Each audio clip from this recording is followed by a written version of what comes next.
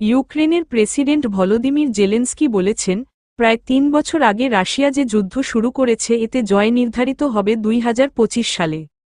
ইউক্রেনের পার্লামেন্টে মঙ্গলবার এ কথা বলেছেন জেলেনস্কি। তিনি বলেন, যুদ্ধের বিজয়ী কারা তা নির্ধারণের সময় ঘনিয়ে এসেছে। আগামী বছরই বিশ্ব জানতে পারবে কারা জয়ী। ইউক্রেনকে কারো নিয়ন্ত্রণে তুলে দেওয়া হবে না। এদিকে যুক্তরাষ্ট্রের সরবরাহ করা দূরপাল্লার ক্ষেপণাস্ত্র ব্যবহার করে রাশিয়ার ভূখণ্ডে হামলা চালানোর জন্য কিয়েভকে অনুমতি দিয়ে মার্কিন প্রেসিডেন্ট জো বাইডেনের নেওয়া সিদ্ধান্তটির প্রশংসা করেছে ইউক্রেন। সোমবার ইউক্রেনের পররাষ্ট্রমন্ত্রী আন্দ্রি সিবিগা বলেছেন, এই সিদ্ধান্তের মধ্য দিয়ে কিয়েভের আত্মবিশ্বাস জোরালো হবে। জাতিসংঘের নিরাপত্তা পরিষদের বৈঠক সামনে রেখে সিবিগা বলেন, এই সিদ্ধান্ত গেম চেঞ্জার হতে পারে। যত দীর্ঘ সময় ইউক্রেন হামলা চালাতে পারবে, যুদ্ধ তত কম সময় স্থায়ী হবে। যুক্তরাষ্ট্রের মিত্রদেশ ইউক্রেনের ওপর রাশিয়ার হামলার ১০০০ দিন পূর্তি উপলক্ষে নিরাপত্তা পরিষদের ওই বৈঠক আয়োজন করা হয়েছে।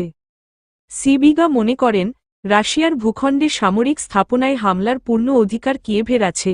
তিনি বলেন, যুদ্ধক্ষেত্রের পরিস্থিতির ওপর বাইডেনের সিদ্ধান্তের ইতিবাচক প্রভাব পড়তে পারে। মার্কিন প্রেসিডেন্ট হিসেবে মেয়াদ শেষ হওয়ার ২ মাস আগে ইউক্রেনকে রাশিয়ায় দূরপাল্লার মার্কিন ক্ষেপণাস্ত্র ব্যবহারের অনুমতি দিয়েছেন জো বাইডেন। নবনির্বাচিত ডোনাল্ড ট্রাম্প ২ মাস পর বাইডেনের স্থলাভিষিক্ত হবেন। ধারণা করা হয়, ট্রাম্প কিয়েভকে সহযোগিতার ব্যাপারে কম আগ্রহী। গতকাল সোমবার রাশিয়া অভিযোগ করেছে, বাইডেন এ পদক্ষেপের মধ্য দিয়ে উত্তেজনা বাড়িয়ে দিচ্ছেন।